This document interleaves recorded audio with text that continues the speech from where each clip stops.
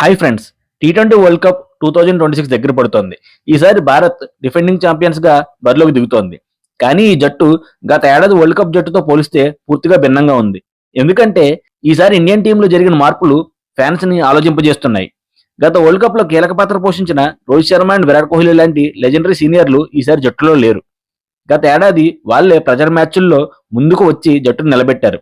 అలాంటి అనుభవం ఈసారి లేకపోవడం భారత జట్టుకు పెద్ద ఛాలెంజింగ్ గానే చెప్పాలి. మరోవైపు చూస్తే ఇది యువ ఆటగాళ్ళకి వచ్చిన లైఫ్ టైం అవకాశం.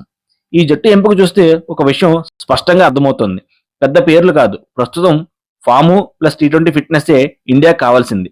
అందుకే ఈసారి శుభ్మన్ గిల్ కు చోటు దక్కలేదు.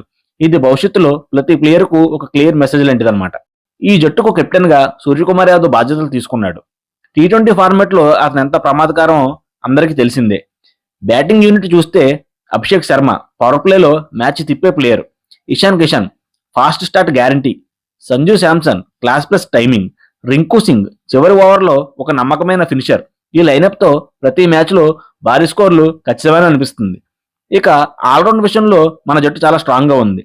హార్దిక్ పాండ్యా అనుభవం plus finishing, Shivam Dube spin bowling లో ఇతను ఆపడం కష్టమే, అక్షర్ పటేల్ సైలెంట్ పర్ఫార్మర్.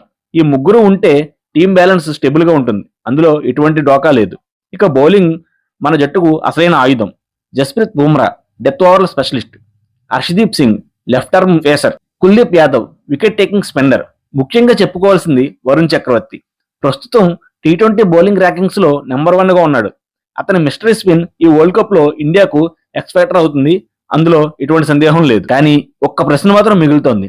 రోహిత్ కోహ్లీ లాంటి సీనియర్ లేకుండా మన యువ జట్టు నాకౌట్ మ్యాచ్ల ప్రెజర్ ను ఎలా హ్యాండిల్ చేస్తుంది?